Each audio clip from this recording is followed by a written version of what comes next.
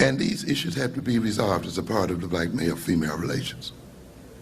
So then the delay in marriage and remarriage rates and so forth are very much related. The psychology of the relationship between black males and females then has to be looked at within context. We have to look at the reality of the kind of education both black males and black females deal with.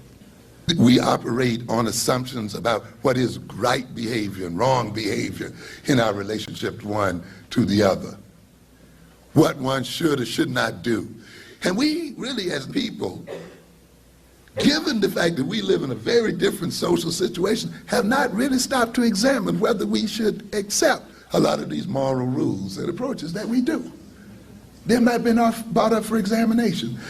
We are operating often on ways of expressing love. If you love me, you'll do this. If you love me, you'll make this. What do you mean by that? Are you in a position, given your political, economic situation in the world, that you can express your love through this symbolic means that you have gotten from another group with a different history and in a different economic situation? Or are you going to say, that's what a man's supposed to do?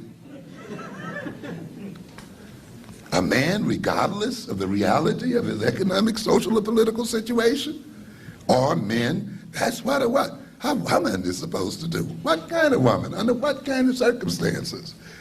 Are we then operating on a set of rules, expectations, and perceptions that in no way reflect the realities that we're in as people, and therefore imposing these artificial expectations on each other and fighting and hurting each other and destroying our children and ultimately destroying our people as a result thereof?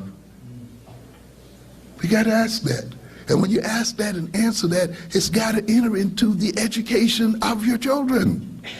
It's got to enter into the redefinition of the relationship between black males and black females. We are cursing each other out over somebody else's rules and mores and attitudes and so forth.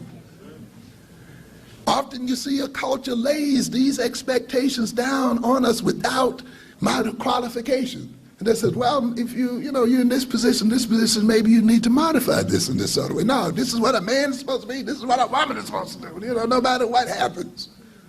And when they don't meet up to it, you got a right to call names, to walk out, to destroy children, and do all the other kind of things we do to each other. You see?